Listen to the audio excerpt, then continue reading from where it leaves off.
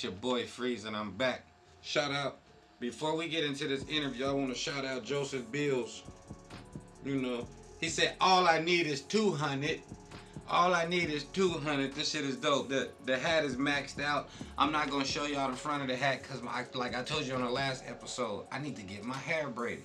So if somebody want to do an episode of me sitting in y'all beauty salon, preferably sitting between some thighs or something, like, boom. I ain't trying to make nobody mad or nothing or get nobody in trouble because I don't want to do nothing. I'm just clowning, but I would like to sit between some thighs and get my hair braided. Old school style. Maybe like sitting on the porch in the projects or something.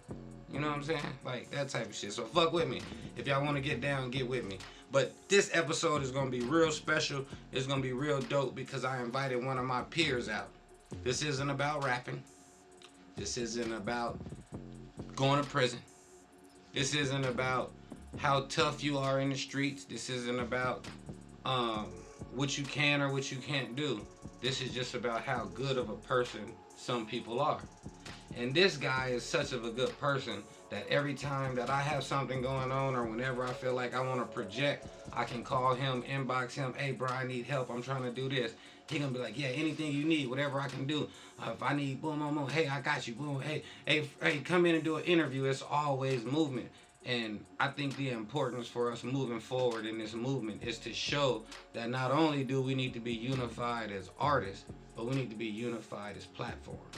And if we put these platforms together, we can create a real platform. So that being said, I want to welcome to the show my man, Mr. TJSUPA Hype.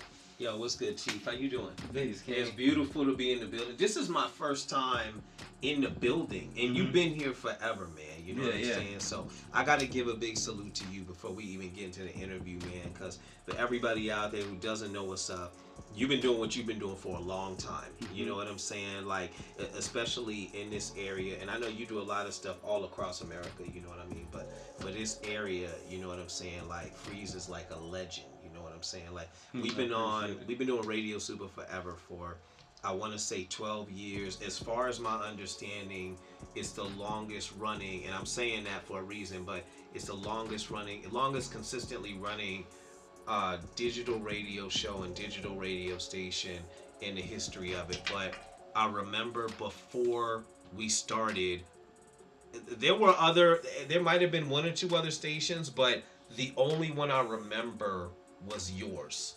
Before we started, the only one that I remember that actually stuck with me that I remember operating was FREEZ's joint. You know what I'm saying? So what you've been doing has been forever, man. The studio's been forever. We've been hearing about you forever, man. So I wanted to give you that before we even started the interview. Dope. You know what I'm saying? So yeah, definitely. But I'm glad to be here. I'm glad to be in the building. It's a beautiful facility. So you guys need to get some work done. Y'all know what's up. Go check my man FREEZ. All right, it's dope. No, thank you, because I've been on your show before. Your platform is dope. The things that you do, that's why I wanted to bring you on here, because there's so many artists out there, so many people who trying to get to a certain level, and you're one of the people that can help them get there. Right. And so like, what is it like, man? Like how did this all start? Where did the vision come from? Where did you? It's interesting, man. So I have a long career in music in New York before I moved back here. My history is that I was in New York. I moved to Phoenix when I was about 4. And then I came up here, rapped all through high school, 19, got out of school, 18, got out of high school, went to Phoenix College for music business, and then I went to Conservatory Recording Arts and interned myself back in New York at Jive Records. But I'm not going to touch that right now. So fast forward, years later, 8-9 years later, I'm moving back to Phoenix.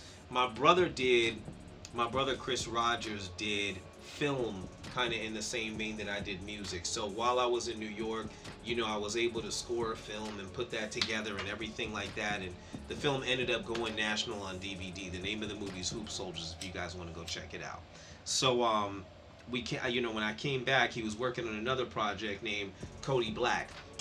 I put a soundtrack together for that, put that out and everything. And, the movie came out on DVD, but again, the music project was there, and I didn't have a way to get the music project out. When I was working on the Hoop Soldiers film, the film company that was putting out the film had promised me that if I scored the film, that they would try to land a deal for the soundtrack to come out, which never happened. So the soundtrack for the Hoop Soldiers never came out. So then Cody Black came out, and I remember having that project here and waiting for some kind of label or something to pick it up and all that other stuff. And this was around probably early 2000s. So, there wasn't no labels no more. This was after 9/11, after the labels stopped throwing out money, MP3s were coming in. The situation wasn't happening. So I landed on this place mentally where I need to put this project out myself. So I put that project out myself, got the project on iTunes. This is way back in 2006. So had the project on iTunes. Another film project came up where I scored another film, put that film together, landed distribution for the soundtrack for the film. The film never came out, but our soundtrack came out. And in the process of putting that soundtrack out and landing distribution for it, I opened a label because there wasn't any label coming. You know what I'm saying? So to put out a project, I had to have those things set up, and I didn't want to just make these things and not have a way to get these things out or to display these things. So the first project came out, Cody Black, and the second one was the Pop the Clutch soundtrack for a movie named Pop the Clutch that never came out. But the soundtrack was out, and the soundtrack, we landed physical distribution for it, so it's in the FYEs, it's in the mall, and it was beautiful. It was a beautiful situation, and it was out digitally, everything. So I'm working on another project for a lady after that project was done. I'm working on this young lady's project, and I finished the project. We get everything done, and it's like, okay, we're trying to push the project, and we had a single. We tried to get that to FM radio. FM radio here. I'm telling you stuff. Right. FM radio here. I don't want to say it sucked, but FM radio not yet. I don't want to say it sucked yet, but FM radio here was like. It was like, trying to get a song on there was like winning the lotto, but not like the jackpot, but like the pick 3. Like you could do it, but they're gonna play your joint for like 3-4 weeks. You're never gonna hear it. Other people are gonna be calling you like, "Yo, TJ, I heard your joint," but you're not gonna hear it because it's never playing when you listening to the radio. You know what I'm saying? So that's what it was. So, but with this project, they said, "Yo, we played that single 2 years ago." So. The singles the lady had been sitting on for a while, but they weren't gonna play the project because it's like we already played this. So I'm sitting here at this weird place because I'm like, now I have this label and I put out this project, and the thought process with the label was there's no label coming to save me and buy this, so I have to open my own label to put this out. So I had a friend that was talking to me, a friend that I had met when I worked at the Hit Factory back in New York. And he was always telling me, "Yo, TJ, you know what? You should consider a radio station." And I was like, nah, there was too many things in life happening at the time. Like, baby mother was in jail, both of them, you know what I'm saying? Like, I had just finished a divorce. Like, I was like in school and working at the same time. It was crazy. So I wasn't even thinking about that. So I get to this point with this young lady's project, and the project's done. And it's like, well, what do we do next? Like, because they won't play it on the radio. So, like, the distribution it was at this place where the digital distribution was locked in, but they were having trouble trying to land where to place it physically because the demand wasn't there. So it's like, you have to promote this project. We shot a video for it and everything. And then I started thinking about this whole radio situation. And it was like, okay, if I have a radio station, just like I had with the label, this will give me the opportunity to push not just the projects I'm working on, but everything. Because I know that there's a lot of producers, and I know that there's a lot of artists and business owners, and so many people who are looking for an outlet and they can't get on the FM station. Exactly. You know what I'm saying? Exactly. So there needed to be another outlet, and then that's where the idea for the creation of Radio Super came in. That's how it happened. Man, you got now. I want to talk about that. Let's back talk to about the education, man. Yeah. So you got back out here at 4 years old. Where you got here at 4? Got here at 4, yeah. And what area of town did you land in? I what was did you in. end up doing? How did you end up in the conservatory? Okay. How did you end Yeah. up at the hit Yeah. factory? No sweat. No sweat. It's perfect. Come on, man. So Tell check this out. Check this out. So I got here at 4. I was in Glendale, Arizona. I was right off of 45th Ave. There's a McDonald's. For everybody who's familiar with Phoenix, you know, wherever you guys are at, there's a McDonald's on 43rd Avenue and Glendale. It's like 45th Avenue and Glendale. There's apartments right behind there. I lived in those apartments. That's crazy. That's when we came back from Oklahoma. That's where my mom moved, right there on like over there. There's like a something smoking lose tattoos or something like right down. But where Enterprise Rental Car is. Yeah, I know, a little bit down the street. Yep, right over there. Keep going. We want to hear how you made this happen. Definitely. So that's what happened. So 4 years old, we're there. We didn't stay long. We moved to another apartment building, not too far away, just because that one had mice, and you know, moms don't like mice. You know what I'm saying? That's just what it is. So we moved to another apartment. We stayed there. I don't even know how long, a couple years. Then we ended up moving towards 45th and Bethany. And, you know, my dad bought a house. We stayed over there. Parents were divorced, so mom's in Maryvale around 51st and Indian School. Dad is on 45th Avenue and Bethany, you know. And I'm coming up there. We moved there when I was about 6th grade. I probably started rapping right around then, you know. I consider my marker for beginning music was I was at my mom's boyfriend's house and a Run DMC video came on. It was Rockbox. And it was like the whole world stopped. It was like, you know, I had seen a couple of videos, but that was like my marker for when I consider myself to have started rapping. Is like when I saw that video, I stopped. It's like everything slowed down. The world stopped. The movies, the videos in black and white. And I consider that the beginning. So me and my brother would just play around. We would just battle rap as kids coming up and everything like that. And then, you know, we would take our little CDs, no, not CDs, our records and our tapes, and we would record them on another tape to pretend like we were doing a radio station. You know what I'm saying? So we did all that coming up and everything, and then I remember, you know, going to high school, battle rapping all the way through high school and everything like that. Alhambra High, big salute out to the Lions out there, you know what I mean? And towards the end of high school, coming out, I was on the phone. No, my mother was telling me, yo, I want you to go to college. And I'm like, Mom, I just went to school for 12 years. Y'all kids know what's up. Yeah, I went to school for 12 years. I don't want to go do nothing. I want to chill out. You know what I'm saying? Mom is like, yo, just go to school and take one class. That's what Mom said.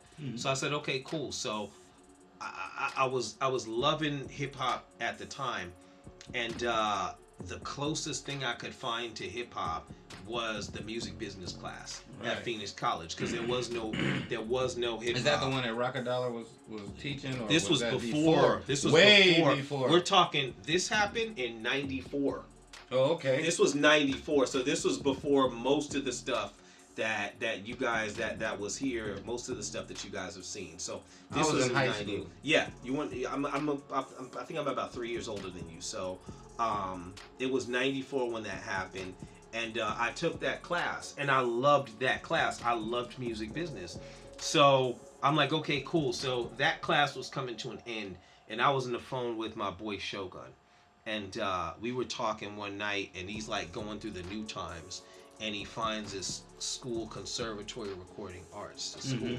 And he's like, oh, look, they teach you about engineering and all this other stuff. And I'm like, that's interesting. So maybe I'll go there after I finish this class. So I go to Conservatory. You guys, for people familiar with Conservatory, they got mad campuses, people flying out of town and all that other stuff. When I went to the Conservatory, there was 10 students in a class and 3 classes a semester. They had 1 studio, you know what I'm saying, and about 7 employees, you know what I'm saying? So I knew all the employees that were there. I knew the head of the school, all that other stuff. And, you know, I was going through that program, and one of the teachers or somebody came in and they said, okay, there's 10 of you guys in the class, there's no music industry here, so 8 of you need to leave after this is over. And this is stunning, because they're like, you need to leave the state, because there's no music industry here. So it's like, okay, we need to leave the state. So I started having conversations with, my mother, and I still have family back in New York. I had aunts and uncles in New York. So I said, okay, cool. So I'm gonna try to go to New York. So I always leaned more towards music business than I did engineering. Like, I know how to engineer, but I feel like there's special things you need to have, like ear and stuff like that. And I just feel more comfortable doing music business. You know what I'm saying? But I did have the engineering background.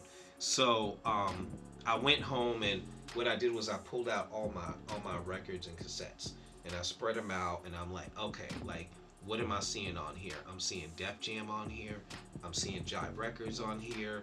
I'm seeing like Cold Chillin' on here. That's what I'm seeing on my stuff. So then I went back to school and I said, yo, these, because they said you have to pick 5 places you want to go. So I said, okay, cool. I want to go to Def Jam. I want to go to Jive Records. I want to go to Cold Chillin'. I want to go here. And they were like, okay. So I don't know, a couple weeks went by and stuff like that. And then the lady at the school is like, hey, Jive Records wants you.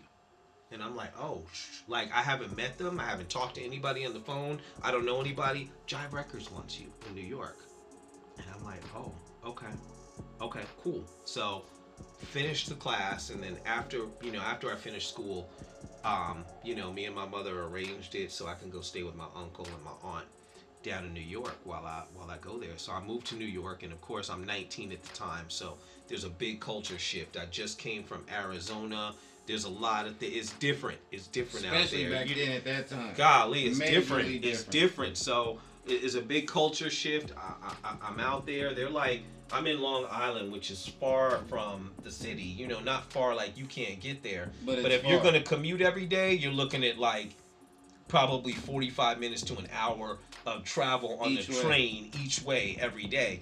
So, and my aunt and uncle is just like, yo, just here, go to the train station, get on the train, take it down there to the station, and get off, and then walk those were my directions. There wasn't no cell phones I didn't have a cell phone. I was 19, you know what I'm saying? Like, there wasn't any of that, so I get there and I get off and it's raining and I walk over to Jive and I get there and I'm like, hi, I'm TJ, the intern, and they're like, oh, hi, blah, blah, blah. Young lady named Karen. She was beautiful. And they loved me. And I was there like a full-time job for 40 hours a week, 8 hours a day. I was in New York. I didn't have nothing else to do. You know what I'm saying? My mother was just sending me money. Mother and father sending me money to live. And I'm going from Long Island every day. The struggle was there. Sometimes it was 2 pieces of pizza a day to eat. You know what I'm saying? Like, the struggle was real. You know what I mean? Because I wasn't making anything at Jive, but I was there, and I started to be there so long that eventually they were like, here, let me give you your telephone. You can do some work. Then it was like, let me give you your own computer. So I'm there with my own computer, my own telephone, and they would have me transcribe the lyrics from like the artist, a Too Short record. I got to listen to the whole record and write out the lyrics and all that other stuff. Some position somebody gets paid for today. But nonetheless, that's what I was doing. And I was there so much for about 6 months. One of the ladies on the floor over me, she had seen me so much, she said, yo, TJ, you know what? Check this out. We need an intern. If you come, she was basically trying to steal me from my boss. If you come intern for us, we'll pay your food and transportation. And I'm like, oh, crap. Like, that's great. Because right now my mom is sending, mom and dad, whatever. So I go down and I talk to my boss. I'm like, yo, boss, I love working for you. But them upstairs, they said if I work, they said if I work for them, they'll pay my food and transportation. She was like, okay. She didn't want to lose me. She had a lot of work and I was helping her out. She didn't want to lose me. So she got up and she went into her boss's office, and they're in there for like 30 minutes, and I don't know what's going to happen, you know what I'm saying? I'm just sitting there doing some work or whatever, and she comes out and she's like, okay, so look, we were supposed to be paying you the whole time. We didn't know it, so we're going to back pay you now. Whoa. Jackpot for me at the time. You know what I'm saying? But jackpot. So they back paid me, which was beautiful. I could call my mom and tell her, Mom, you don't have to keep sending me money because now they're paying for my food and transportation.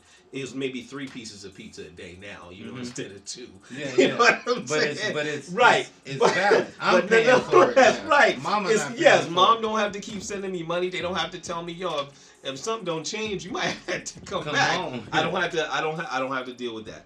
So everything is good. So it's good. And I'm there and I'm interning and they're talking to me and there's some position that, you know, the back to the some position that somebody else gets paid for today. Somebody gets paid for that position because they were talking to me about salary and hiring me. And then one week they just came in, hey, we have to let you go. And I'm like, that's interesting. I don't know. Did I do something? They're like, no, you didn't do anything. We just have to let you go. You know, a couple of months before that, there was a lady that she worked in the next cubicle over. So I knew her and, you know, she was a good friend with my boss. And she had left a couple months before. She was working right under the lady. If you guys listen to the Tribe Called Quest album, there's a computer voice on there. That's the lady she was working for, the lady who did the computer voice on the Tribe Called Quest album. So she left, and you know, they're like, hey, you have to leave. So I'm sending my resume to all these places to try to get another internship, you know, and I sent it to Bad Boy. I got a phone call from Bad Boy, but my aunt missed the call, so I don't know what happened. But Bad Boy and all these places, and I'm putting Keith Murray CDs in there, you know, because I'm in the A&R department, so I'm putting CDs in there and BDP CDs, KRS-One CDs, so they'll get the thing and look at the resume, you know. So, okay, nonetheless, nothing happened. So they let me go, and I'm at the house. And then I'm at the house for a week trying to land some stuff, waiting for some phone calls to come in. And then the next week I'm at the house, I get a phone call from the lady who had just left a couple months ago. She went to work at this big recording studio, the Hit Factory. I don't know if you guys are familiar with it or not. But the Hit Factory... They need to look it up. Certified. A lot of history. Yeah. A lot of history. The Hit Factory is, for the people out there who don't know, Hit Factory would be a place that Michael Jackson would go to record. You know what I mean? Like, it was like, I went there, and then keep in mind, I was at Jive for maybe under a year. So I go to Hit Factory. So then again, I'm still dealing with learning the environment. I'm 20, 21 at the time. Mm-hmm. You know what I mean? While you know, when I get there, and every day you're seeing whoever's at the top of the music industry coming in every single day. Like you're seeing Mariah come in. Mariah shot a music video in the elevator with Boyz II Men at the Hit Factory. If you guys watch that video, they're in the elevator at the Hit Factory. And the idea that they could shoot a video in the elevator should tell you that the elevator was big. You know what I mean? But, you know, every day, Notorious Big. Every day, TLC. And they would just wander in. They just come in. Every day, L.A. Reid, you know, the head of Outkast label, you know what I'm saying? And TLC, and Tony Braxton. And every day, this is every day. So I'm here and I'm working in this environment. I'm an assistant there. You know, I'm shipping packages and making sure things get to FedEx and all this other stuff. And that's how that went. For like 3 years I was there. And there was an engineer, and keep in mind, all this stuff is a learning process. You know, like, there was a time where this big engineer, he's a super big engineer, a brother, and I ended up becoming really good friends with him. I was really good friends with him, really good friends with his family, all that other stuff. And L.A. Reid came to him. L.A. Reid, just for an understanding, I'll say these things so you guys can get it. L.A. Reid hired Jay-Z to work for Def Jam when he left Rockefeller. Mm-hmm. That's just to kind of give you an idea where he's at. He tells L.A. Reid, yo, TJ raps, you should go listen to him. And you know, when you're in recording school, they tell you, you know, you don't want to go there and be the star. You're not trying to go there to get a record deal. You're supposed to go there and work and blend in. So that's what I have in my head. So L.A. Reid comes over and he's like, yo, TJ, I heard you rap. And I'm like, yeah, but can I rap when I get off? You know what I'm saying? That's probably one of the biggest mistakes in my life. You know what I'm saying? Because I didn't get to rap for him. He left. He had a date. You know what I mean? But nonetheless, you know, that's the kind of environment it was. So this big engineer that worked there, he was gonna leave the Hit Factory and open his own company. So he's gonna open his own company. He teamed up with this guy Rob from CNC Music Factory. I don't know if you guys are familiar with CNC, big, super big group, platinum, platinum pop group. So he was gonna leave and team up with Rob to open his own studio. So he's like, yo, TJ, look, I'm gonna open my own studio. I'm taking you with me. And I'm like, oh, okay, great. You know what I mean? So a couple months go by, they find out he's opening his own studio. They're not happy about it because he's going to be competition for the studio he used to work for. So they fire him, and and I'm there, and a couple months later he's like, okay, come over. So then I leave the Hit Factory after about 3 years, and I start working for him. And again, it's another wave of every single day, Mace, Puffy, every single day. You know what I'm saying? Like we and that studio was Herb Powers is his name. It was his studio, and every day, like, we ended up becoming the number one mastering studio in the world in '99, and we slipped to number 2 in 2000. Again, just so you guys can have an understanding of where everything was at, when Clive Davis called to book Whitney Houston, and we had to turn down Whitney Houston because we were so booked we couldn't take her session. Puff had us booked out. Electra, Sylvia Rhone had us booked out with everything from Electra, the Missy Elliott projects, TJSUPA, everything that, this guy that mastered stuff, he literally mastered everything from like Rakim's first album to like Usher at the time. You know what I'm saying? He covered the whole gambit of stuff. So we had to turn that down. Like, we were literally booked out anywhere from a month and a half to 3 months in advance, and the charge was $325 an hour. So, and that's how far everything was booked out. So we had to turn down the Whitney Houston session. I was in the room when that happened. So, but everything was going well, but he was kind of running into issues with his partner. Mm-hmm. So he ended up leaving his studio. He ended up leaving the studio. And when he left the studio, I was kind of there when he left, because he left and there wasn't like an exit plan for, I guess there was no exit plan for me. And this was like my guy, like I left this other studio and came here to work as the assistant manager. And then when he left, there wasn't a plan for me. So I'm here, and it's like, okay, cool. Well, we have this studio, and it's a beautiful studio. You know what I mean? 2 floors in the middle of Manhattan. And it's gonna close, and I'm here, and I don't have any. There wasn't anything else. It was me. It was the tech, and it was the receptionist who was leaving in 2 weeks. You know what I'm saying? And I got this 2-floor studio in the middle of Manhattan, and then and his partner doesn't even know that he left. He doesn't know the guy walked out. He thinks he's just on vacation, and the partner, the one that left, was the one making the money that was paying for the studio. So he doesn't even know. So I have to take him in the room like, yo, check this out. He's not on vacation. Like, he's gone. He's not coming back. So then this dude is like, oh wait, he just walked out on this business and didn't even tell me. You know what I'm saying? So there was that was crazy. And I said, I had thought this process through, and I did a lot of invoicing at the company when I did a lot of invoicing at that company. While it was open, I collected, the money that was owed for the sessions from the labels. So at the time, there was probably about 160 out there that the labels still owed us for sessions.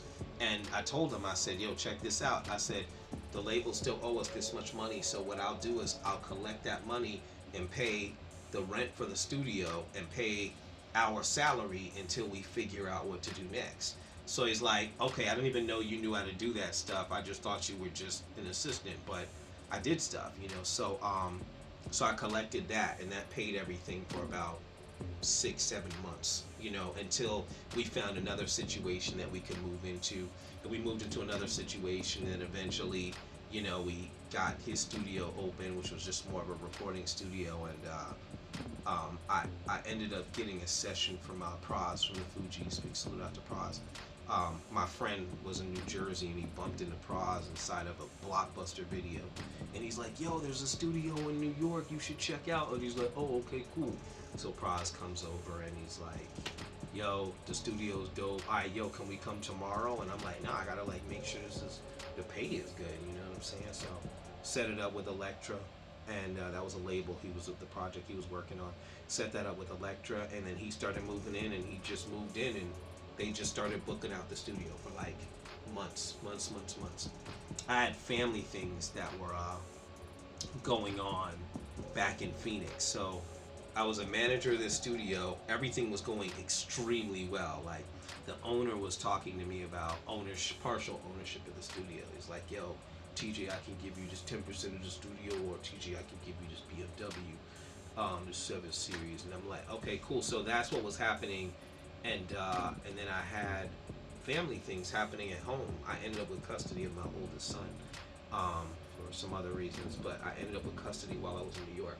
And I was trying to bring him to New York, but I wasn't able to bring him to New York. So for me, I ended up having to leave New York and move back here, which is how I got back here. Hold that thought. Yeah. How important in life Yeah. is it to have an exit plan? Oh. Because a lot of people, a lot of us, we have a plan for how to get in. Yeah. But a lot of times we don't think of how we gonna get out. Yeah. And speak to the people a little bit to where your mind state was at. Yeah. When you figuring out like, whoa. Yeah. Because it sounds it's there was a moment of triumph in there. Yeah. You know. Yeah. And it sounded in the it sounded in the conversation that it kind of came when the partner gave you the authority to collect the money and pay the bills. Yeah. But where did the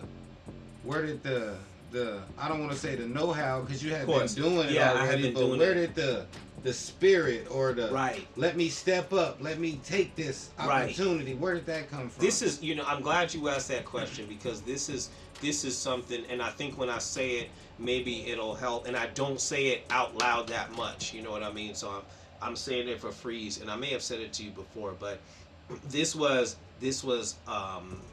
a minority-owned business. You know what I mean? And this was the minority-owned business that I was the assistant manager for, that was the #1 studio in the world. So this is big.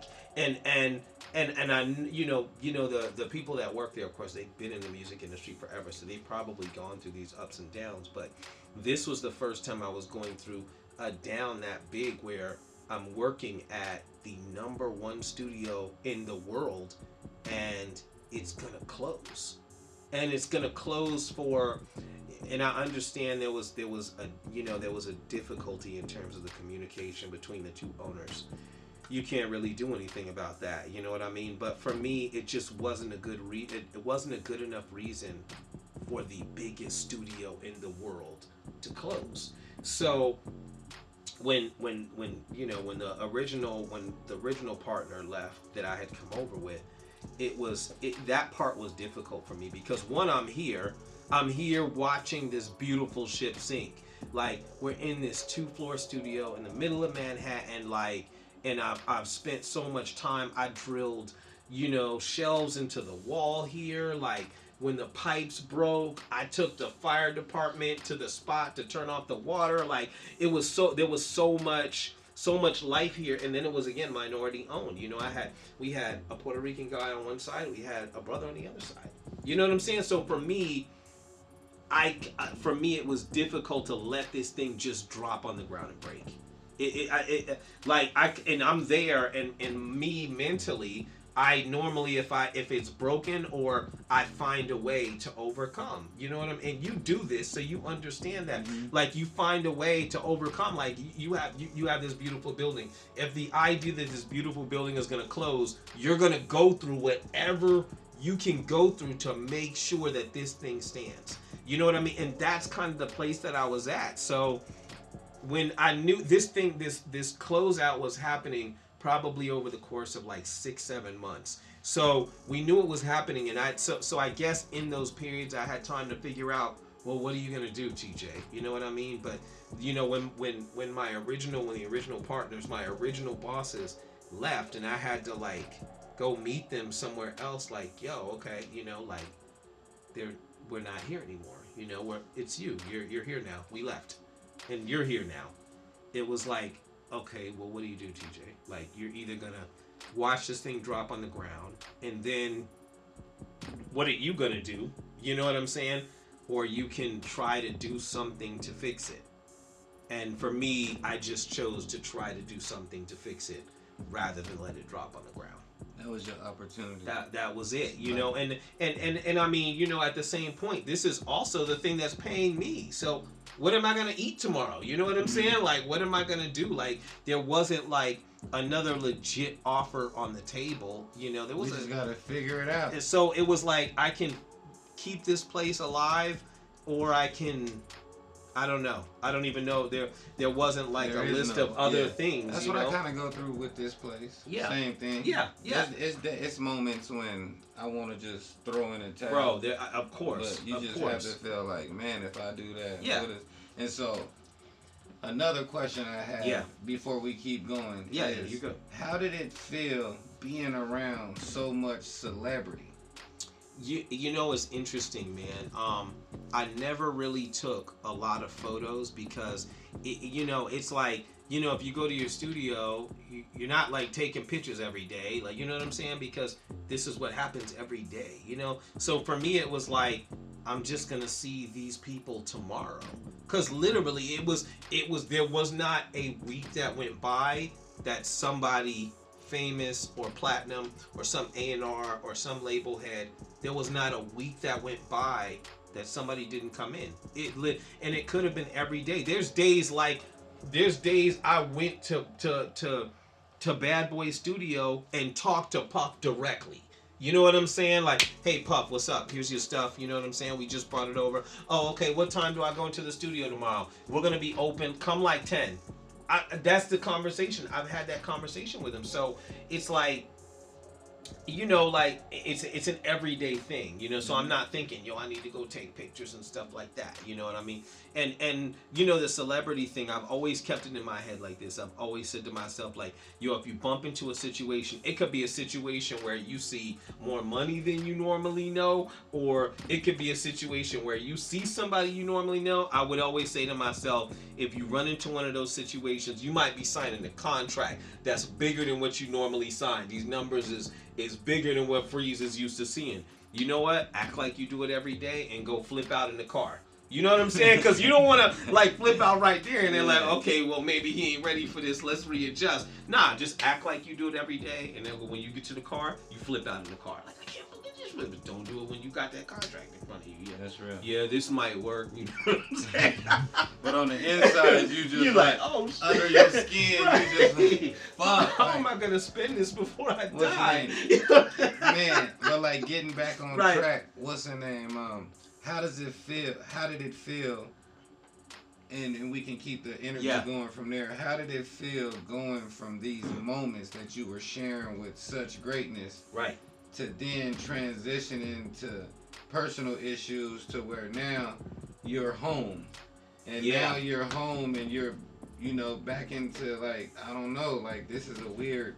It was a weird transition. It was a transition because so I went to New York when I was 19, and I moved back when I was 27, 28. So that's the chunk of time I was working in super major media. The only 2 weeks I was off work was when I got released from Jive to when I started at the Hit Factory. Other than that, every single day for 8-9 years. You know what I'm saying? So it's interesting, man. It's interesting because when I get here, there's no music industry. We're back to that. You know what I'm saying? No music industry. My whole life is different. When I try to get a job and I show them my resume, you know, for everybody else who doesn't know out there, industry stuff does not transfer to the real world. So you can be the president of a record label and try to get a regular job and they don't care. You know what I mean? Like when I tell them, like when I'm trying to get a job at a collections place and I'm like, yo, I just collected $150,000, it doesn't even compute to them. They're like, yeah, we're trying to get somebody's, you know, $150 Sprint account. You know what I'm saying? So when I'm telling them that, it doesn't compute. They don't even look at it like, wait a second, he might know what he's doing. Yeah, they don't look at it like that. So none of that stuff transferred. So and then you know that 19 to 20 something to late 20s, that's like when you're growing up and becoming a man. You know what I'm saying? So growing up and becoming a man, but I'm in that environment. So when I get here, it's like, like my clothes are all velour suits and stuff like that, crazy baggy Sean John stuff. Like I'm in Arizona now, so it was a transition. And then I had just started a relationship, which was a little bit crazy. That part was there. I was just my ex had just gotten pregnant, so it was a lot of weird things happening. And then I'm like, I have to transition to getting a job, but just like I said, none of the music stuff transitioned. So I don't know where to work. You know what I'm saying? I don't know what to look for. I don't know, so it was a struggle. It was a struggle, you know what I'm saying? I even started going through some like medical stuff that kicked in after I got here too. So that probably was a really one of the most probably difficult periods of my life, just because the transition was there, the money wasn't the same, none of that stuff. It was a really hectic period.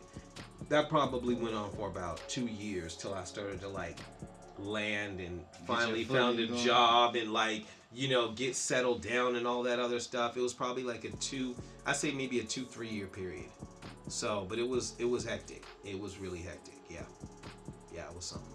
It's deep. So now you're here. Yeah. And you finally catch you a good job. And yeah. You finally get to going. Yeah. What was happening with you then? What came next? Things are moving, and my brother, which was a blessing, because he was working on a lot of film projects around then, the Cody Black and the Hoop Soldiers and then the Pop the Clutch soundtrack. That's about the time when those projects were happening. Like Cody Black was happening right when I moved back before I had a job, so I got to do some work on that project, you know what I mean? And then the other project, the other one came I think a couple of years later, because it took a little while to get Cody Black out. We were trying to get the thing on BET and it almost got there, but they just chose against taking it, you know what I'm saying? Which is okay, but it still came out on DVD and everything. So that went on for a little while, and that probably after Cody Black project ended and I got the album out on iTunes, I was probably a little settled in, and that's when the Pop the Clutch soundtrack came out. There's a lot of Phoenix favorites on there. Kawana Shogun, D1, Darren Anthony's on that project. You know what I mean? A lot of people from here on those projects. You know what I mean? And I also I use it as an opportunity to showcase. Like when I put those soundtracks together, I would go find artists, from here and from everywhere. But I would find artists and put it together, and then put their song in the film and put the film out. You know what I mean? So they would have an opportunity to hear themselves on film projects and on these projects that came out. So that's where that came from. That's dope. Yeah. Well, keep the train going, because somehow you got to me. I don't know. Right. This is so interesting that, I thank you for even opening up, and even because you're a very personal person. Yeah. You don't open up and Nah. Then for you to be telling pretty much, we watching Unsung. Yeah, you getting a life story. There's stuff that I'm talking about with you that I haven't talked about anywhere. Right, but it's dope, because it's like, that's why I wanted to bring these interviews back, because as I say on all these interviews, I have some super friends. My friends are the Avengers. Yeah. And know. you're one too, for everybody who doesn't know. Yeah, I think I'm one of them. Yeah. And my friends are the Avengers, and together we form like a masterful team. Right. And people don't know. Right. And I think a lot of people, it's artists in Arizona. Yeah. Who are trying to get to where you've already been. Yeah, already been. I like that. Listen to that part. Yeah, you've get already been where they're trying to go. Right. And they need to know you. Right. Because it's consultation. It's different forms of ways that you can help these people, rather than just being somebody that, TJ got a radio show, let me get on his radio show. Yeah. When they not paying attention that you're the only person that I know that interviews Redman, Talib Kweli, everybody. The list goes on. Every weekend, and shout out Kim Kim. Big salute, Kim. Yeah, Kim, because you got Kim. Kim, she's Great. one of my good friends. Yes, man. she is. Yes, yeah, she is. She's one of my good friends. Yeah. She supports, like, man, she supports. We actually own a company together. Yeah, you know what I mean. Beautiful. Yeah, we actually own a company together. She's a dope person, a great soul. Kim is great. So you're one of them people that people need to know that you're here. Yeah. And they need to know why you're here. Yeah. You know, and so I think that this interview kind of gives them a little bit more understanding because, like I said, everybody trying to get some. Like I was looking in there, I have some VIP things, just concerts and stuff that I've been to, and it's like Yeezy, Jay-Z, this person, that person, and everything is VIP. Yeah. And the other night I was organizing my hats in my closet, and I'm looking at like Bad Boy Reunion, and this and this, and I'm like, damn, like. It's so many people who ain't even seen none of this shit. Right, it's real life, and I like what you're saying, and a lot of what he's saying about me also reflects about him. Like for the people out there that are watching, like you guys, it's important for you. You know, when I'm talking to my kids, sometimes I'll be like, "Yo, you need to make sure you graduate from high school." It doesn't do anything for me because I've already graduated, but I'm telling you, you need to graduate from high school because it's going to drastically affect your life, either positively or negatively, if you do or if you don't. You know what I'm saying? So what I'm saying to you guys is there are people that are you know, within your grasp, people like FREEZ or people like myself that can really do things to move a project because we've taken projects from zero to everywhere. You know what I'm saying? And I think what one of the issues I think that I see is that people don't do enough research to understand that that's even an option. You know what I'm saying? And they might see FREEZ and just think, oh, let me just get on this show. They might not see FREEZ or all the stuff that you've done from the beginning to moving people's careers, to, you know, being, you know, one of the first ones, the first ones to do a lot of different things here. They don't see that because they didn't do the research to look into what somebody like you does. You know what I'm saying? So you guys, there's a lot of things out here. There's things out here that'll just, you know, put you on stage for a second and that's it. And then there's people out here who really know how to move a career. You know what I mean? Like all the stuff we're talking about, it started from zero. You know what I mean? And now, just like I said, Radio Supa is as far as my understanding, the longest running digital, like independent internet station and show consistently running here. You know what I mean? That came from zero. But it's the most reputable.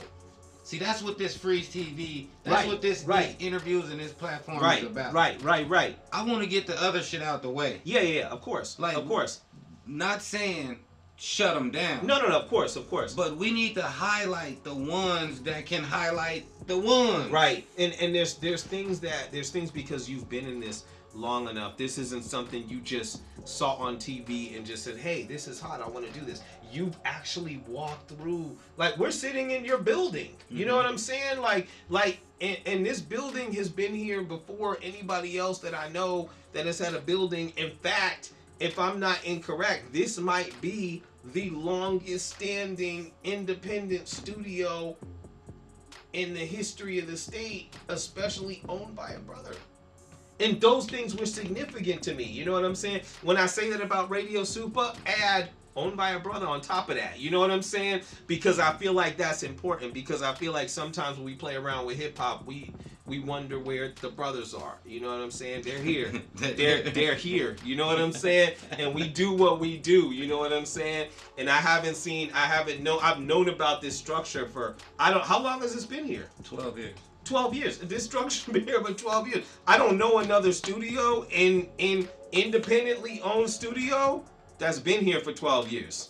That's FREEZ. You know what I'm saying? So in terms of that stuff is important. I don't yell it out, But it's very important. It's important because there's some little black kid out there, there's some little Hispanic kid out there who needs to look up, and he needs to see that, because he needs to believe, wait a second, I can do that. You know what I'm saying? He needs to believe that and not get on stage and get raped by some crazy promoter or something like that. You know what I'm saying? Just trying to take your money and run. You know what I'm saying? So this stuff is here. So nonetheless, that's always been important to me. It was important reason why I didn't just let that studio fall on the ground. You know what I'm saying? It's important to me in terms of what we do with Radio Supa.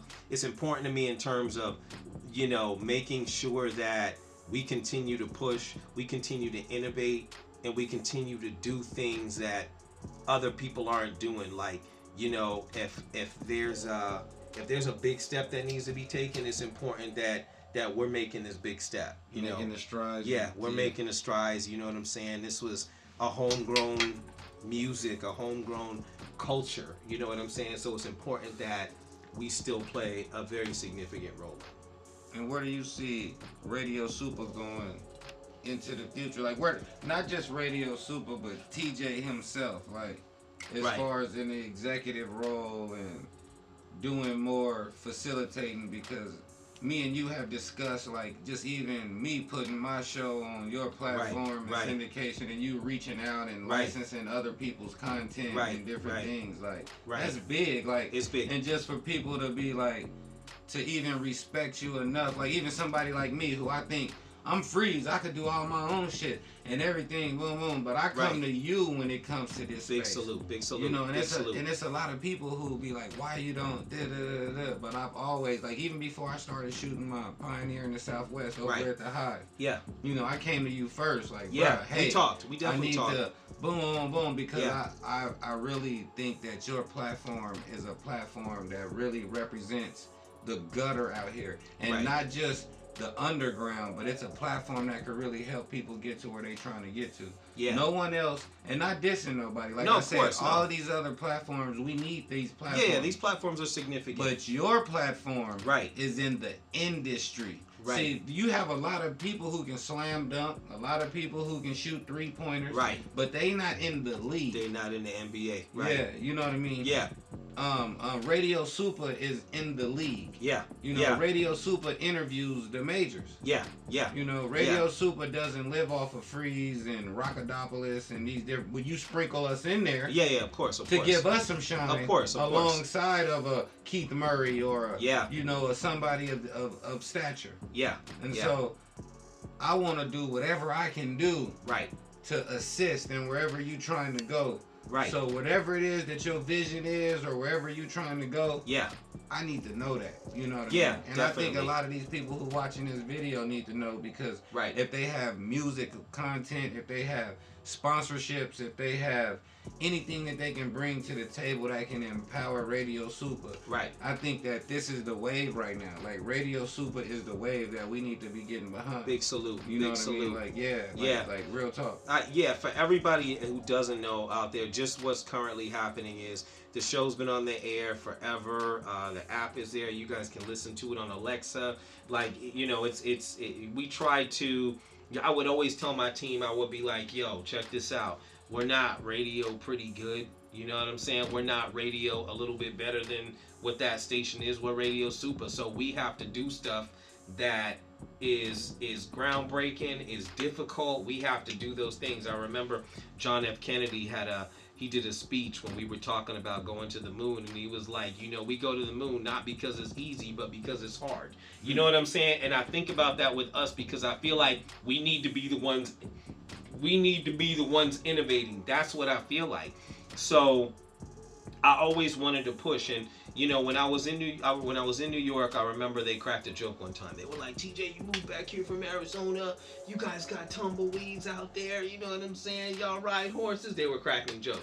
Ha ha ha. So, but what I took from that, before I even started Radio Supa, what I took from that is nobody knows where this place is on the map. You know what I'm saying? Like to them in those states, other than California, because we're connected, but to many of those states, we were just like a state that was in the middle of the world. Like, where's Iowa? I don't know where Iowa is. You know what I'm saying? So to be the best thing in Iowa, to me, was like, well, nobody cares unless you're in Idaho. If you're in Idaho, and then you care, but nobody else cares. I know, you know who the best is in California.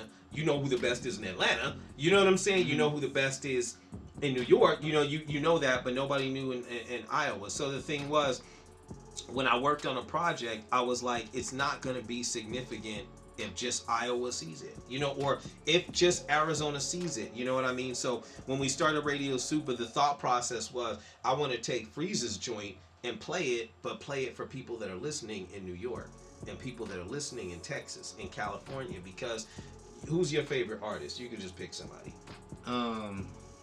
Nas. Okay, so when you heard Nas, you may not have been in New York, but Nas's music, this is big. Everything I'm saying right now is big, so please listen to this because this is going to help your career. Nas's music came out of New York and came to you wherever you were at. You know what I mean? Like, that's how you heard of Nas. That's how he was able to be a favorite. And one of the situations that I see here is people play their music for Broadway to baseline, but they don't play their music for New York or California. So how will you ever be somebody's favorite outside of Arizona if they never hear your music? And too many of the DJs, too many of the systems, too many of the things that are here are just playing music for here. They're sending the music back into the loop. So the thing is, nobody outside of this loop is ever hearing it. So nobody can blow up, because the music's not going anywhere unless you have certain artists that purposely break out of that mold. You'll have a Mega Ran, you know what I'm saying? You'll have a Deli, you know what I'm saying? You'll have a few artists that break out of that and purposely make sure other people hear their music somewhere else. But the stations are all playing the music. We're playing Arizona artists for Arizona, just Arizona today. So that's necessary, but at the same point, how are you going to get a fan in Washington? They don't hear you. The DJs don't hear you. Nobody hears you. You know what I'm saying? Mm-hmm. So the thing was, with Radio Super, I said, okay, I need to make sure that I'm aiming for the world. And, even in the first couple of years, when I started doing what I was doing, I knew we were hitting, because then I would have artists that were in New York. You guys were just cracking jokes. I had artists in New York calling me to get interviews on Radio Super. And then I knew we were cracking. You know what I'm saying? And then we continue to try to push that. We continue to try to push over the next thing. And just over the last 3 years, the thought process became more of making sure that people hear what was happening, like making sure the people hear it. You know what I'm saying? So, we had a lot of shows running on the station for a long time. We've broke records in terms of, what we've done in terms of listeners. And then I the idea for doing syndication came in my head, and just over the course of time doing radio so long, I already had a lot of connections. So I started working on syndication, and then the syndication, I didn't even really announce it out loud until we probably hit, I want to say 12, 13 stations. Because I wanted to make sure, like you announce a project. I think we were just talking about it before the air. You say something, hey, I have this new idea, and everybody tries to copy your idea. You know what I'm saying? So I said, okay, cool. I'm not even going to announce it until the number is so big that once I say it, everybody's like, I can't go do that overnight. I can't just go find the cheap shit, the fast way to do it. So I didn't even announce it till it was like 12, 13, and then, it was 20. And then it turned to 45, and then it turned to 60, and now we broadcast on 83 stations now. You know what I'm saying? And that changed the whole landscape of everything, because, it turned from more of the situation where the show was based here, but it plays everywhere so many times that I don't even know all the places it's playing at now. Yeah. I don't even know them, because it's 83 stations, and it's still rising. For the near future, there's a certain target that I'm aiming for, and I was aiming to hit it before the end of the year, and I don't know if I'll hit it before the end of the year. But there's a target that we were aiming for in terms of syndication. So the syndication it's 83 stations. So the show plays every single day. Like I say, it plays so much that when I'm live on Tuesday night, the last week's show is playing at the exact same time on another station. You know what I mean? Mm-hmm. That's how often the show is playing. And the tags are over there. So if somebody came on this show and did an interview they would do their interview, and the interview would literally play another 82 times. So the people would be every day tagging them on Facebook, posting the flyer, all the other stations. Okay, this show's playing on Friday at 11. This show's playing on Tuesday at 6. So the promo that somebody would get from coming on the show is crazy. And then normally, since we also a couple of years ago switched over to celebrities every week, so now there's a celebrity on the show, so people are definitely going to listen to the show. I'll take an independent, put him on the same show as a celebrity, so they're definitely going to hear him, because if they're plugging in for the celebrity, they're going to hear the independent, and then that show is going to run another 82 times. Mm-hmm. So, you know what I'm saying? So I really tried to set up a system where, where one, we could be a force in moving music, you know what I mean? A force in putting somebody somewhere where they can actually see their name and their flyer being posted every single day and playing on these other stations. They can hear it. They can just go to the other station at the time and listen to themselves, so they would know the music was moving. And I wanted to do, and I wanted to make sure that we were doing some creative force, you know what I'm saying? To create a force, that's what I wanted to do, you know what I mean? So I think that's what's been happening with Radio Supa, and that's just Radio Supa. That doesn't count anything else that's happening, but that's just the radio station. You know what I'm saying? So there's other projects too. There's the Rock the Mic show, which is a music video show. Similar situation. I like the Rock the Mic show. I love that show, and I put that show together with the idea that I wanted it to be a television show. It airs on about 6 or 7 different digital channels now. So it airs on Roku, like Roku channels, Amazon Fire Stick channels. Big salute out to all of our stations out there: Grind City, Urban Music Report, blah blah blah. So many of them, you know what I'm saying? Plug TV, but big salute out to them, and they air the content. One or two of our stations, Grind City, actually, when we air live, when we go live on Facebook and YouTube and all that, it actually airs live on that channel on Roku. You know what I mean? So I still wanted to continue to do things that broke down doors, do things that do things that I didn't see were being done. You know what I mean? So that's what I've been working on mostly in terms of those two things. And then, just like I said, there's always some other things floating around, you know what I mean? Events that pop up or stuff like that, So yeah, but it's been good. It's been a beautiful run that continues to go. Man, I'm excited to see everything that's about to happen in the future. And all these other people, if y'all didn't hear that, y'all need to rewind that and listen to that again. Just rewind maybe about 20 minutes of this interview if you're trying to figure about how radio works and how you can get you some plays and some spins. And it's somebody local who's right here that can really help you do what you need to get done. Like, I'm blown, because I knew this already, but I didn't know in depth how it went. And that's why, once again, that's the whole purpose of this show. Yeah. So let these people know where they can find you, man. Let them know where they can. You guys can find me across the board, TJSUPA, TJSUPA, on Instagram, Facebook, all that other stuff. If you guys are on Twitter, it's Super Hype, Super Hype, SUPAHYPE. RadioSupa.com. Chase us down. Download the app. Listen to it forever. You know what I mean? Yeah, that's how you track us down. That's how you track us down. You want to give any shout outs? Is there any closing remarks, closing statements you want to make? Anything you want to put out there? Yeah, definitely. Salute out to my Radio Supa team out there. Lisa Arenas, y'all see her, talk to her nice. Kim Drawn, same thing, talk to her nice. Salute out to Lita Marie, we see you out there, talk to her nice. Salute out to my man DJ DN3. We see you out there. Professor X. We see you out there. You know what I'm saying? The whole squad. Chase down OTH magazine. Your boy is on the cover. I'm on the cover this month. The issue just dropped. It should be spreading out and landing wherever it lands and all that other stuff. But nonetheless, OTH magazine, Overtime Hustle magazine. Go chase that down. Beautiful situation. There's music projects that are in the works and everything like that. So look out for those. A lot of them are too early for me to like really announce and stuff like that.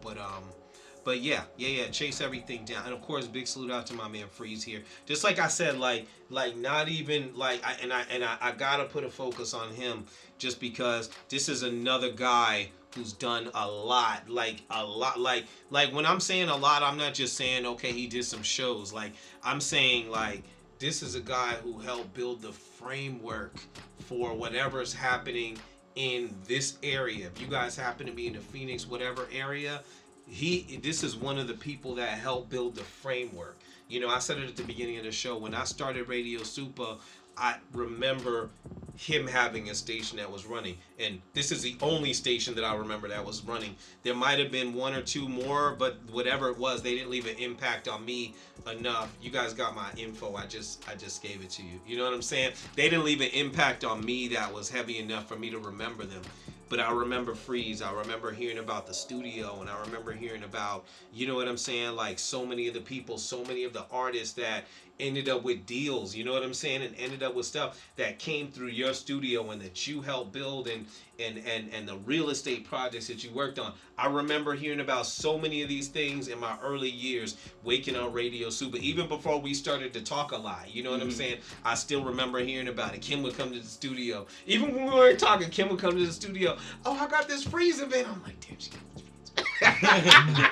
FREEZ. But it was beautiful, man. There's always been, just like I said, like from the beginning, there's always been, I've always had the highest level of respect for, you know what I'm saying, all the stuff you did. So I got to give you a shout out, man. I got to give you a shout out. And for everybody out there who don't know, y'all need to know, like y'all gotta do your research. You know what I'm saying? Y'all gotta do your research, because I get people that hit my inbox, and like sometimes I respond and sometimes I don't, based on the message that you guys send.